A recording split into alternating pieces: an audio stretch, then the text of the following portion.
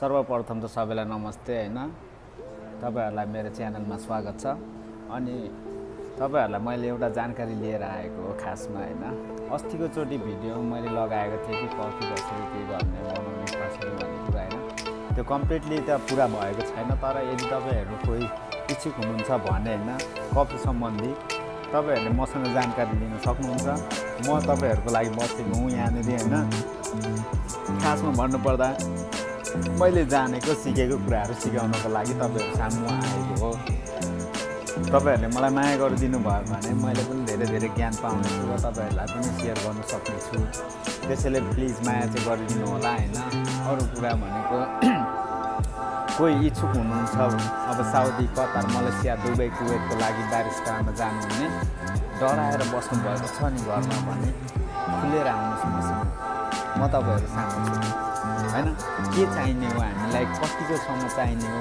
कुन सिपसम्म चाहिने हो हैन हामीले कुन टेक्निकले कफी बनाउने हो त्यो कुराहरु म तपाई सामु ल्याउन सक्छु किनकि मैले बारिस्ता जब गरेको यहाँ 4 वर्ष भयो हैन अब तपाईहरु सोध्नुहुन्छ होला ए कहाँ काम गरे कस्तो काम गरेको भने तपाईहरुले सर्च गरेर हेर्न पनि सक्नुहुन्छ मैले कफी शप काम गरेको कफी शप भनेको हैन डोज नेभर ओभरडोज भन्ने पहिलाको मैले 2 वर्ष अगाडि नै काम गरिसकेको थिएँ हैन त्यहाँनि मैले कम्प्लिटली 2 वर्ष काम सकेर त्यसपछि हामी त्यहाँबाट निस्केर अर्को कम्पनीमा गइसकेको हौं अब तपाईहरु भन्नुहुन्छ स्टारबक्स अब हाफ मिलियन यहाँनिरको फेमस पेपर्स कफीहरु शपहरु छन् हैन तपाईहरु यो सम्बन्धी पनि एउटै खाले क्या सिमिलर तरिकाको हाम्रो कफी शपमा चल्ने खाले नै कफीहरु बिक्छन् हैन तर रेसिपी फरक हुन्छ अलिकति टेस्ट फरक हुन्छ हाम्रो किनकि अब त्यो र यो कफी शप मिल्दैन हैन त्यसैले टेस्टहरु चाहिँ हल्का फरक नै हुन्छ हैन तर अब सिमिलर नै हुन्छ सबै कफीहरु पाउने यहाँले चाहिँ के पाइन्छ बाहिर देशमा साउदी कतार दुबईमा चाहिँ भन्ने चाहिँ तपाईहरु सामु म ल्याउन चाहन्छु अनि धेरै धन्यवाद तपाईहरुले मलाई टाइम दिनुभयो साथी या दाजु आमा बुवा कोही हुनुहुन्छ भने अहिलेलाई मेरो च्यानल हेर्दै हुनुहुन्छ भने तपाईहरुलाई धेरै माया यस्तो अनि हुन्छ नि अब पहिलो चोटी बाहिर देश जान लागेको हैन बारिस्ता जबमा अब कस्तो होला के हुने होला भनेर अब यस्तो सोचेर बसिरहेको हुन्छ हैन कहिलेकाहीँ टेन्सन लागेको हुन्छ क्या के गर्नु अब म पास हुने बिन के हुने होला त्यहाँ गएपछि के हुने होला त्यसको लागि केही चिन्ता नलिनु होला हामी छौं तपाईहरुको लागि हैन म छु तपाईहरु सामु अझ अनि नडराउने हैन चक्क ढुक्क भएर बस्ने हैन तपाईहरुले यो च्यानललाई चाहिँ भेट्नु भएको छ कि छैन हेर्नु भएको छ भने ढुक्क भएर बस्नुस् मसँग जानकारी गर्नु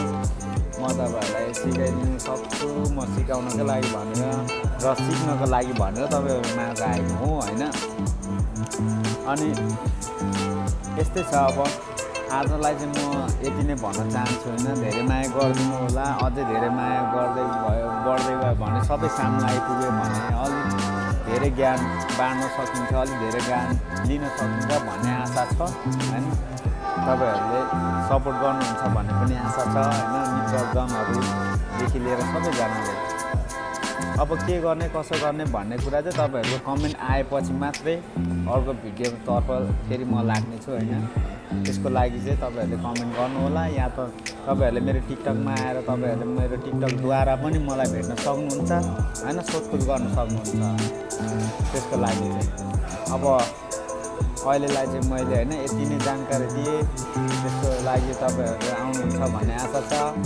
हस् त धन्यवाद फेरि अर्को भिडियोमा भेट्नु होला नमस्ते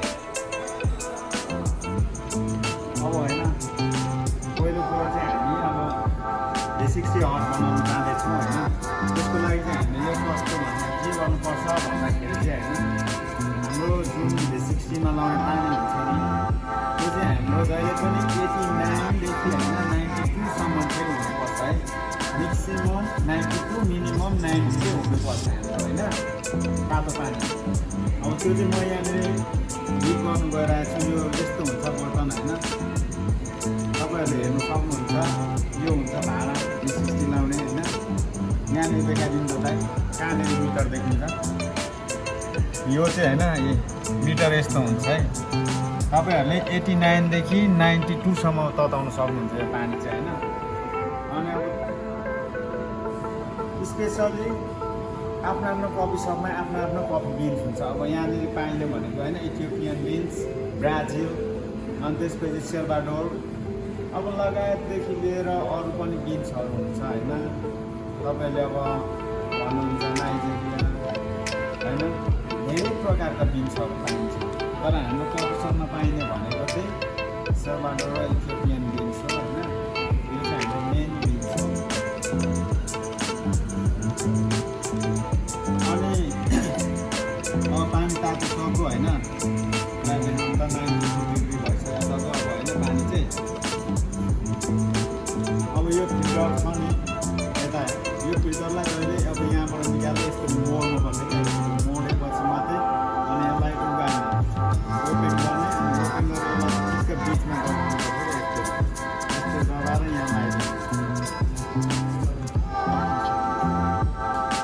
पिरामिड प्रथम कुरा चाहिँ तपाईँले मास र ग्लोभ्स चाहिँ लाउनु नबिर्सिनु है कफी सपमा खाना आइसकेपछि। यो चाहिँ इम्पोर्टेन्ट हो। फेरि तपाईँहरूलाई पहिला हेर्छ के गर्छ भने, ठिक छ। अनि त्यस पछाडि यसलाई अब सफा गर्नुपर्छ होइन, पहिलो राउन्डमा सफा गरिदिने यसरी होइन। अनि त्यस पछाडि यो पानीलाई फालिदिने, फालेपछि तपाईँले अब यसको चाहिँ आफ्नो आफ्नो कम्पनीको आफ्नो रेसिपी हुन्छ होइन। अब यसमा कसैले 25 ग्राम लाउँछ, कसैले 19, कसैले 20 त कसैले 30 ग्राम लाउँछ। त्यो आफ्नो आफ्नो रेसिपी हुन्छ। अब तपाईँ रेसिपी मेरो रेसिपी जान्न चाहनुहुन्छ भने म तपाईँलाई यो रेसिपी पनि दिन तयार छु होइन।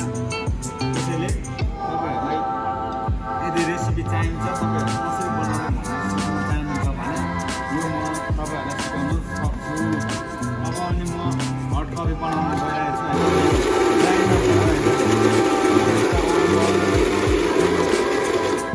अब यसलाई होइन हामी चाहिँ 19 ग्रामको बनाउँछौँ होइन। अब यो 19 ग्राम भयो होइन। अब यसलाई यो V60 बनाउन केही पनि छैन, गाह्रो होइन। कस्तो भयो यसको टाइम हुन्छ। अब यो राउन्ड झारे होइन।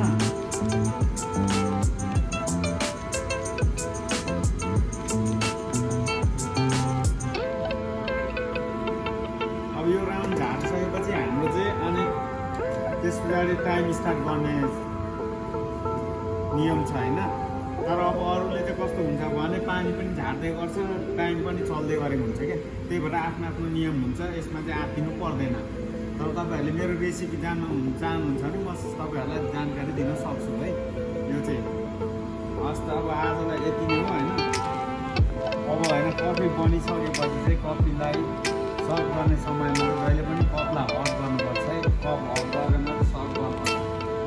यो चाहिँ कपको स्मेलहरू जान्छ होइन, कप बनाउँदैन भन्दैन म।